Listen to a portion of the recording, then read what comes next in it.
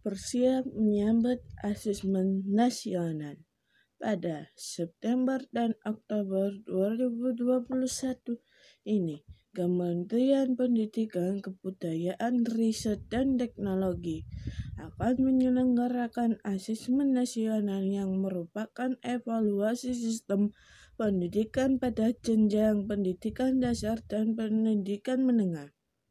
Pertama kali disampaikan kepada publik pada 11 Desember 2019. Asesmen nasional merupakan salah satu terobosan Mendikbudristek Nadiem Makarim yang berarti menyudahi pelaksanaan ujian nasional dan menjadi bagian dari paket pertama kebijakan pembenahan pendidikan di Indonesia yang dikenal dengan Merdeka Belajar. Sebelum asesmen nasional, Indonesia telah memiliki dan melaksanakan sejumlah sistem penilaian, termasuk mengikuti penilaian yang dilaksanakan oleh lembaga internasional. Penilaian yang diselenggarakan oleh Kemendikbudristek meliputi ujian nasional berbasis komputer UNBK, ujian sekolah berstandar nasional USBN, dan asesmen kompetensi siswa Indonesia Aksi.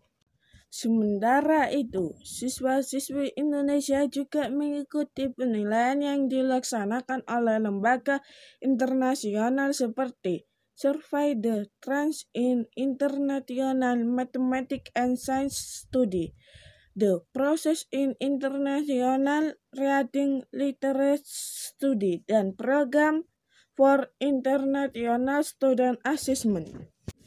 Dengan keberadaan sejumlah sistem penilaian tersebut, kehadiran asesmen nasional diharapkan dapat menambah kebutuhan yang belum diperoleh dari sistem yang ada tersebut.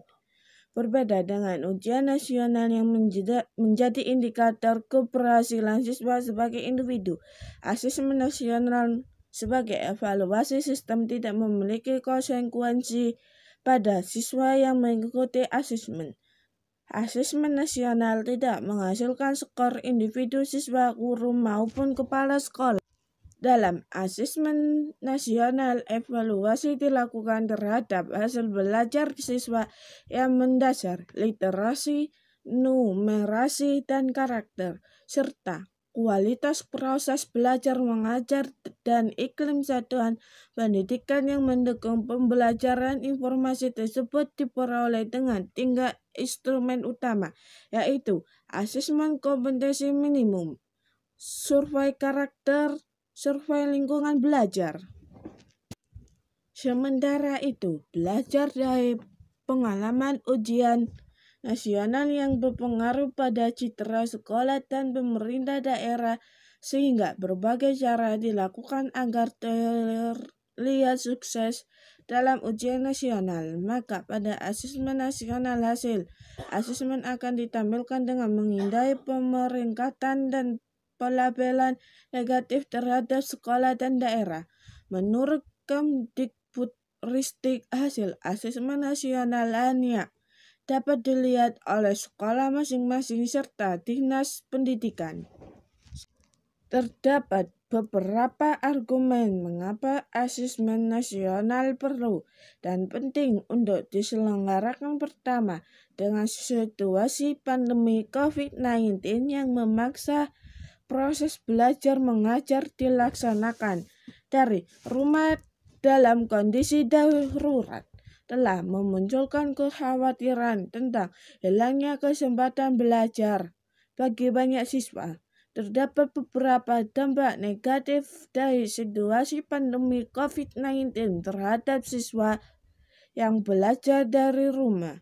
Misalnya, menurunnya proses pembangunan karakter, munculnya ketekanan psikososial, dan menurunnya motivasi siswa hingga siswa dapat cepat bosan dan tidak mau belajar. Sampai dengan saat ini belum tersedia data yang komprehensif tentang seberapa besar, pada siapa, di mana, dan mengapa learning loss terjadi. Asesmen nasional perlu mengambil peran ini dengan memetakan learning loss di seluruh Indonesia dan menjadi data awal baseline dalam rangka menentukan kebijakan atau intervensi pemerintah yang tepat sesuai permasalahan yang terjadi di lapangan.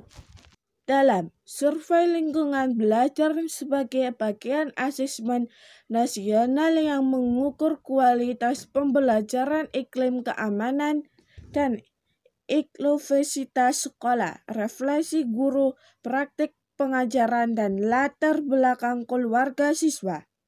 Diharapkan diperoleh informasi yang berguna untuk melakukan diagnosis masalah dan perencanaan perbaikan pembelajaran oleh guru, kepala sekolah, dan dinas pendidikan.